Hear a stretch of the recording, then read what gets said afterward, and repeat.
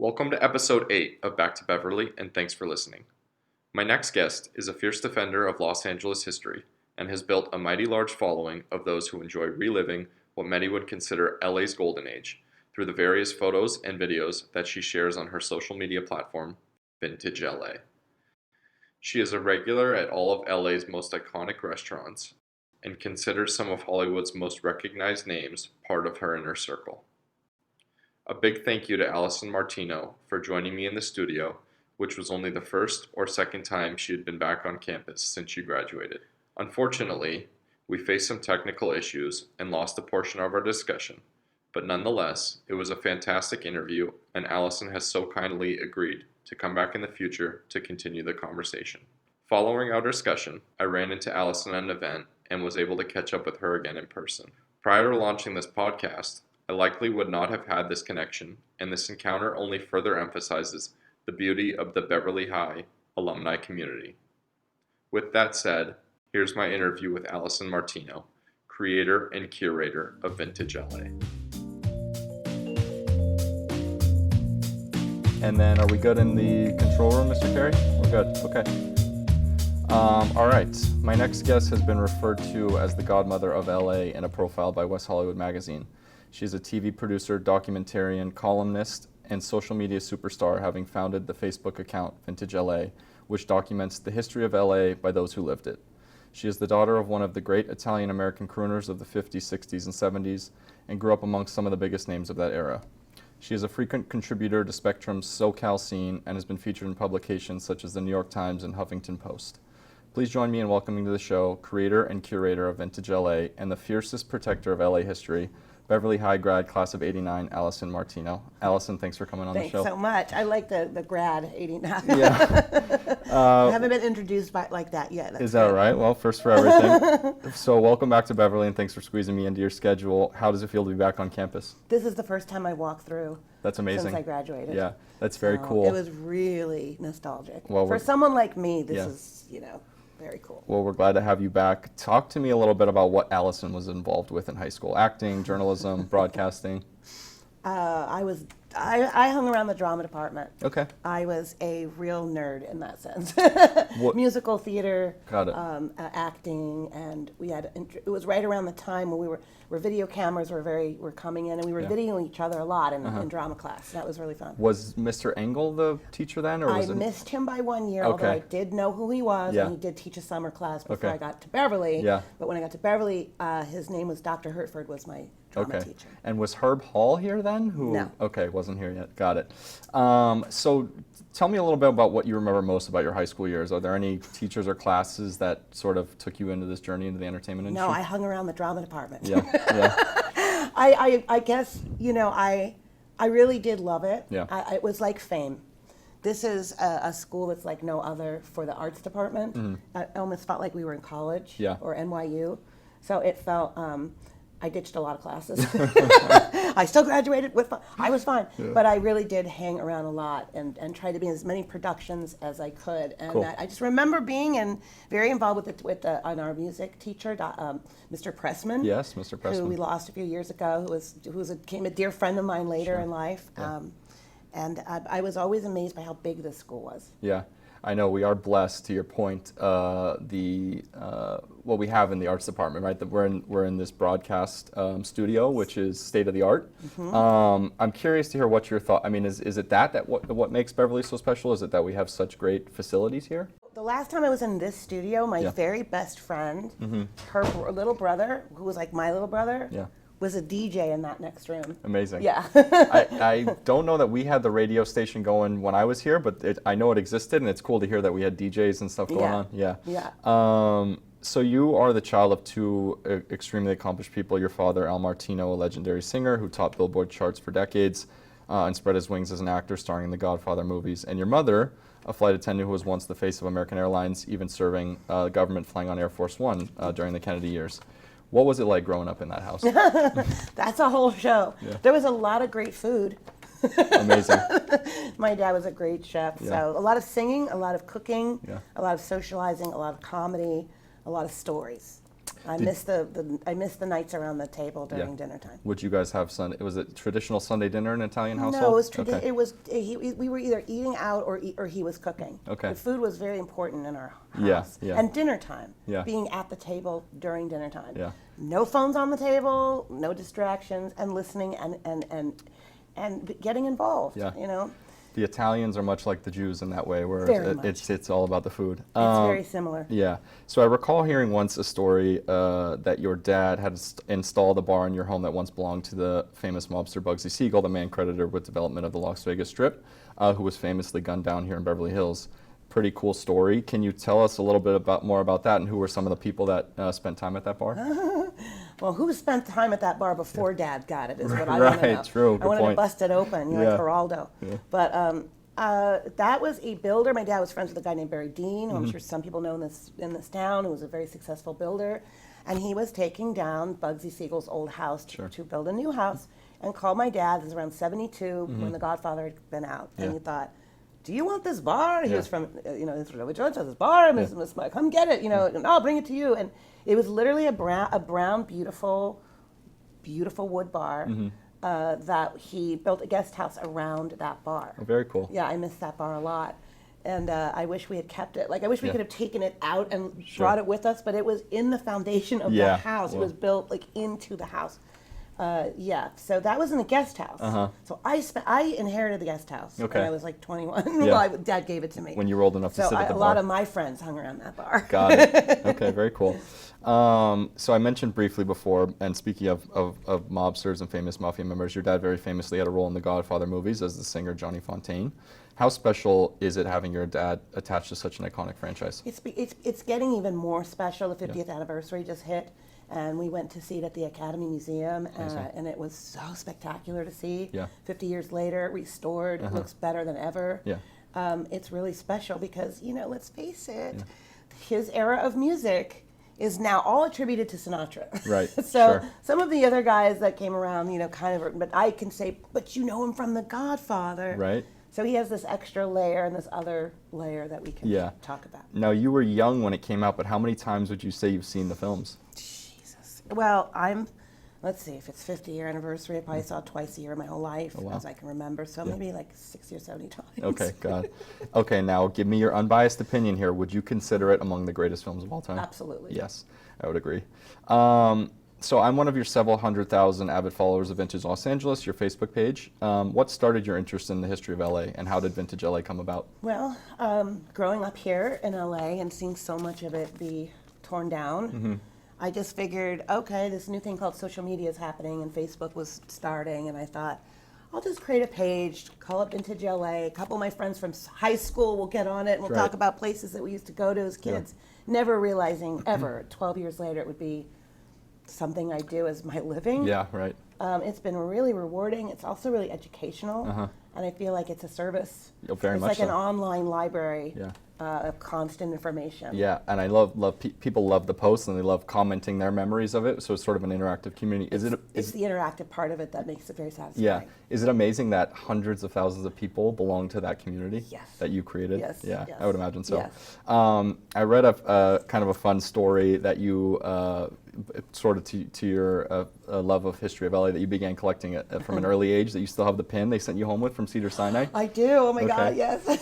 It's a girl. Yeah. An interesting fact that I was reading was that Cedars-Sinai used to be on Sunset Boulevard, where the Church of Scientology is now. I had no idea. The big blue building now. Yeah, and I guess my next question we had already answered, but it was, did you ever envision such a massive following of like-minded people, and how are you able to manage it with everything else that's on your plate? It's something I do. It's part of my daily duties, I guess. Yeah. I brush my teeth, I Sure. make my coffee, I check Vintage LA. And I spend an hour in the morning, probably an hour before I go to bed. And are there posts that you sort of think about beforehand that you say, I haven't ever covered this, or you just come across if it's things? an anniversary, sure. If I catch the anniversary in time, if it's someone's birthday, If somebody reminds me of something, Yeah. a dream I had. Amazing. But a lot of it is just what I'm thinking that Yeah. day, what I remember. Very cool. It's not very hard to remember a lot. Yeah, Because sure. there's so much that we've lost. Well, especially when you've grown up Yeah. here, you know, Yeah. and you remember all the good times. So you're obviously recognized as an expert on LA history and a voice for preserving our past. What's next for LA, and more specifically, what are your thoughts on what's going to happen on the Sunset Strip? Mainly, you know, with all the recent high-rise developments that have sort of changed the complexion of the famous street. Well, I'm certainly not happy with what's happening Yeah. on Sunset Strip, although I'm happy that the Whiskey A Go-Go and the Rainbow are now landmarked. Oh, is that So right? they can't do anything to those How about the buildings. Roxy? Is that next? I don't know if Okay. Roxy's is, but the Got it. Whiskey needed to be, Yeah. and the Rainbow. Okay. We need our rock and roll hangouts. Yeah. You know, these places were like So the much hub history. of rock and roll at the time. So those two are preserved. The Viper Room is in jeopardy. Oy. That whole block is in jeopardy. I don't like these high rises. They build them all up right to the street. Yeah. There's no circular driveway or landscaping or Yeah. trees or fountains or anything. It's just building right at your face. So I feel like it's claustrophobic driving down Sunset Boulevard and I feel like I'm being swallowed. Yeah. This is not Las Vegas. Right. You know? And by the way, the strip is up on a hill. So it shouldn't have all these high rises. It's blocking people's views. Yeah. It should be looking out over the city of Los Angeles. Would you say that we're losing a bit of the charm of the city? Losing. We have lost We it. have lost it. Yeah. So to my next point, what if people are sort of upset with it and there's, like you mentioned, the Viper Room's in jeopardy, what can people do and what can the public do to have their voices heard in the preservation of LA? Show up to the city council meetings, write letters to the right city council members. Show up. Don't just send letters. It's Yeah. really good to have the voices. You get your 2 minutes and you Sure. speak. Social media. Go to Vintage LA. Yeah. You know, I create a lot of posts that people can just sort of say what they want to feel. Sure. Sometimes I print those out and I send those Oh, interesting. to city council. To show the community and the support and everything. And also like patronize places that you like. Right. You know, because one day they may not be there because Yeah. they can't afford to be there. 'Cause Right. Rents are going way up. Sure, and the better they do, the longer they'll survive. Yes. So I haven't had the honor of visiting your home, but from what I heard and what I've read, it's a magnificent place, expertly decorated in mid-modern style, museum filled with art and entertainment memorabilia. I heard public television was just there filming a piece about Shea Martino. What was that like? They were filming a segment about the history of the Hollywood sign. Oh, cool. But it was really fun for them to come in because they didn't realize they were going to do this till they got there. They saw some of the memorabilia Yeah. and decided to like bring it in as a story point. Oh, very cool. So I've been collecting a lot of old Hollywood memorabilia Yeah. for like really hardcore collecting for about 7 or 8 years. Okay, cool. And can you share a little bit about the history of your building, Empire West, and talk about how it all syncs up with your work, your home, and what you do professionally? That was all kismet, all Yeah. that. I've always loved mid-century modern architecture, but there's been a resurgence of it in the last 10 years. So my building was built in 1965 by Dan Dworsky, Okay. who was a mid-century mod, I call him a mid-mod Yeah. architect. And it's very, very cool. It's Yeah. very Mad Men. It also reminds me of like Family Affair. The big wooden doors with Yeah. the big gold, Oh, cool. doorknobs and stuff. And it hasn't changed. Yeah. And I'm now on the board there, so I'm very involved with making it, keep it the same, Yeah, don't yeah, change it. right. Doorknobs are original from Yeah. 65, don't change them. Yeah. Running around trying to keep it. Suzanne Plachette used to do what I do because she Okay. lived in that building. Okay. So I'm kind of taking on her role. Fun. I had read somewhere that you had brought the architect back to the building and did. took him into your unit to I see did. what was original and what had been changed. Is what would you give is a lot of it still original in your He unit? was really impressed by my unit Yeah. in particular because my unit hadn't been gutted and changed. It was the same layout as he had created it. And he was really sweet because he just passed away recently. But he said no one had ever invited him back to the building since Aw. he built it. So it was really sweet to have him and his wife That's a very there. cool Yeah. experience. So you're now splitting your time between LA and Palm Springs. What's that like with work-wise and getting out to the desert and coming back? Challenging, Yeah. but really fun. I love the house because, again, big fan of mid-century modern. Sure. I like open floor plans. I like one-story buildings.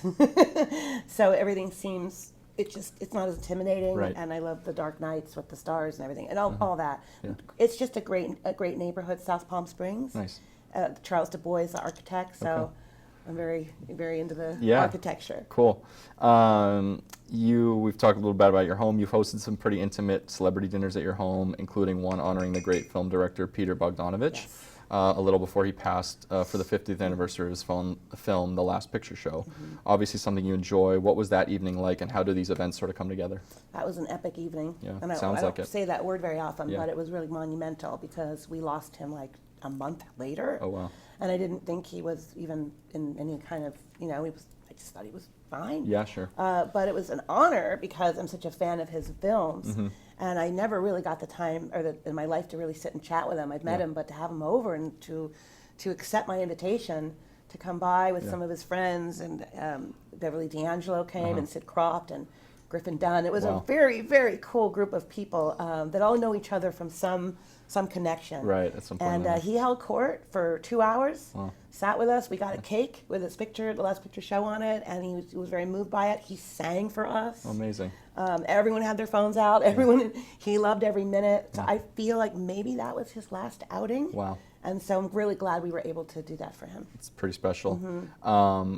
Do you do those often? Do they just come about certain ways, or? I try to. Yeah. I mean, since COVID, not really. Sure. But I'd like to do more of those. I like bringing together. I like salons almost. Yeah. Bringing people together from the community that may have known people from different connections. Sure. And the conversation's always very interesting. Yeah. Cocktail parties, And sort of like the way Dominic Dunn used to throw those back in the day. And we've gone 2+ years without them, so I'm sure they'd be a welcome reoccurrence. So I recently had the Beverly Hills Mayor Lily Bossie on the show, and she works nonstop, and your work ethic reminds me a lot of hers. How do you find time for everything? And my next question is, do you ever sleep? Well, I really look up to Lily. Yeah. So she's very inspiring to me. I don't know how I juggle it all. I don't think a lot about it because you've got things to do. Sure. And I think if I slow down, I might slow down too much. Uh-huh. One day I will. Of course I will. I do sleep, but I don't require a lot of sleep. Do you enjoy the busyness of your life? Yes. Yes. Yes. Okay. Mm-hmm. Very cool. So you've produced iconic programs, Mysteries and Scandals, E! True Hollywood Story, Trading Spaces, Celebrity Rehab, just to name a few. And now you've transitioned in front of the camera, reporting for Spectrum's SoCal Scene. How did you get into producing? It's very interesting. I really did climb the way you're supposed to. I started by answering phones at E! Entertainment TV. Some people start in the mailroom. Yeah. I worked my way up from receptionist to executive producer over 7 years. And that was really great, going through those. I never asked for anything. I never expected anything. Right. I didn't have anyone open a door for me. Yeah. I just wanted to be in television. I wanted to be in films. I wanted to be in the entertainment industry. Sure. And E! was a great place to work because you didn't have to have a lot of experience in television. It's sort of like high school or college or NYU. You're learning as you're going. And we all left as seasoned producers. It was the greatest 5 years or 6 of my life, producing Mysteries and Scandals especially. And then, years later, I went into reality TV because that was the thing. Yeah. And then I started this, Vintage LA, and Spectrum came to me and asked me if I'd like to be on it. I think I was going to be on one episode, and I think I've been on, I don't know, maybe 70 or 80 episodes. Wow, yeah, that's amazing. I know. Did do you think that working your way up do you think that's the best way to sort of learn the entertainment industry? Yes. Just have every position Because and soak it all in? because by the time you get to the highest position you want to be, you've done every one of those jobs. Right. So you kind of know where things slip through cracks. Sure. Okay, I'm not saying you can't become something by a connection and you can be really talented. Of course you can. Yeah. But I prefer to get to do all of the jobs. That way, if I ever run my own production company, I know what everybody does. Right. And I've talked a little bit about it on previous episodes. When you ask, as a producer, you probably have people that work for you, and when you ask them for something, they know that you've done that job at one point in your career. Yes. So they And respect you a and little they more. respect that, Yeah. that you're boss. Or, I don't have a staff, so I've never had employees. But if I was to ever have one, I actually sympathize with some of the other positions. Right. It's not easy answering phones all the day or Right. running errands for people. Right. So I still do those jobs. I Yeah. like doing it all. Do you have any juicy stories for us from your time at E? Anything that Oh comes my to mind? God! You'll have to bring me back for part 2. For the next Yeah. time? Put a bottle of wine on the table and yeah. I'll open up. Are you- No, I mean, Howard Stern was on our network. Joan cool. Rivers was on our network. Yeah. I worked around Talk Soup, so all of the incarnations of that show. It was a really great time to be there when Joan Rivers and Howard were on the network. Yeah, up to powerhouse names. Yes, yes. Are you enjoying the other side of things now, being the talent? Yes. Yeah. Again, doing all of the jobs. Right. Because I also ran camera when I was in reality TV. So it is, you do know your camera angles and you do know what is needed. And not that I try to do everyone's job and Sure. micromanage, but Yeah. I think they appreciate when someone in front of the camera has done the other side. Right. So you're still doing a bit of producing, having switched to doing some documentaries. Can you tell us a bit about some of your recent projects, especially the House of Cardone? So I did hook up with the Ebersol Hughes Company, which are two very dear friends of mine, and I did produce House of Cardone. Cardone. House of Cardone. Yes. And just recently we did a documentary on Trini Lopez, Okay. who unfortunately passed away of COVID. Oh, yeah. But we just got an Amazon deal, so that Very shows exciting. that documentary is streaming on Amazon now. Very excited about Congratulations. that. Trini would be very happy about that. And I'm working on $1 Million Listings and with KCT on the history of the Hollywood sign and your show. Yes. And I'm back at KBEV. That's I mean, right. this is like really a very cool thing for me to Well, be back here. Well, and we're happy to have you back. I This really has been love a lot it. of fun. Is a nice segue into my next question for you. You mentioned $1 Million Listing, and I know you were at Dan Tana's last night filming an episode. We share some of our favorite restaurants, including Dan Tana's, Musso and Frank, Formosa Cafe, El Coyote. And I know you're friendly with a lot of the restaurateurs who are working to ensure that we keep these historic eateries around. Are they safe? And can you talk a little bit about the return of the Tail of the Pup? I honestly, I don't think anything is safe Yeah. ever. I mean, that's sort of, but I think things are safer. You know, I think Musso and Frank is going to be 103 next year. Wow. I don't think they're going anywhere Yeah. because they own the building. I think the Formosa is landmarked. The Rainbow is landmarked.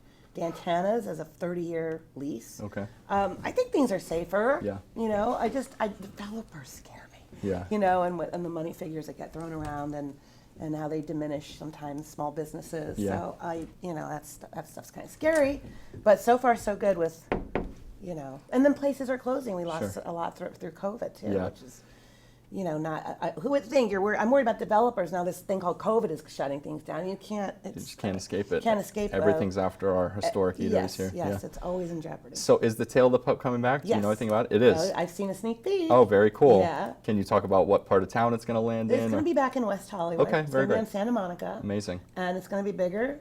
Yeah. And you're going to recognize the facade is going Yeah. to be there, and it's right by the right people, the Yeah. 1933 group, doing everything right. Amazing. They do everything right. Yeah. So Well, it couldn't be in better hands. as someone who grew up going there, I think once a week probably. Yeah. Looking at my dad smiling now, but I'm happy to hear it's coming back. Yes. That's exciting. There's a lot of talk. There's so much talk about, besides your work as the go-to expert in LA, curating and monitoring your Facebook community, tweeting, reporting, producing, hosting parties. You're also a writer, having penned articles for LA Mag and other publications. Are there any biographies about your dad or books about LA history in progress? No, I mean, I would like to do my own. Yeah. I've been saying this though for many years. I have to slip that into the agenda somewhere. Yeah. I have a big slide collection and Very a big, cool. big collection of LA menus and Yeah. all kinds of stuff that I would love to see in a book because it's one of a kind stuff. Yeah. I will get that done. I just don't know when. It sounds like a perfect Taschen coffee table Oh, book to me. everyone says Taschen. Yeah. They're not doing it. But when I get when I settle in Palm Springs and I'm like, maybe I'll do it out Have there. a little more time for a few more everything. years. Yeah. I'm still Well, putting it together. When you do, I hope I can ask you for an autographed copy. Yes, I will give you one. So this has been amazing, and I've had a lot of fun. We barely scratched the surface. So will you agree to come back soon so we can dive into some other things? Yes, Okay. definitely. Oh my Amazing. gosh. So And much I'm proud fun. of you. Oh, thanks, Alison. This has been great. Till next time, Dillon Curtis back to Beverly signing off. Thanks again for listening. And just a reminder, if you enjoyed this interview, hit that subscribe button, leave me a review, and tell a friend. You can also find me on social at Back to Beverly on Instagram. Till next time, I'm your host, Dillon Curtis, signing off.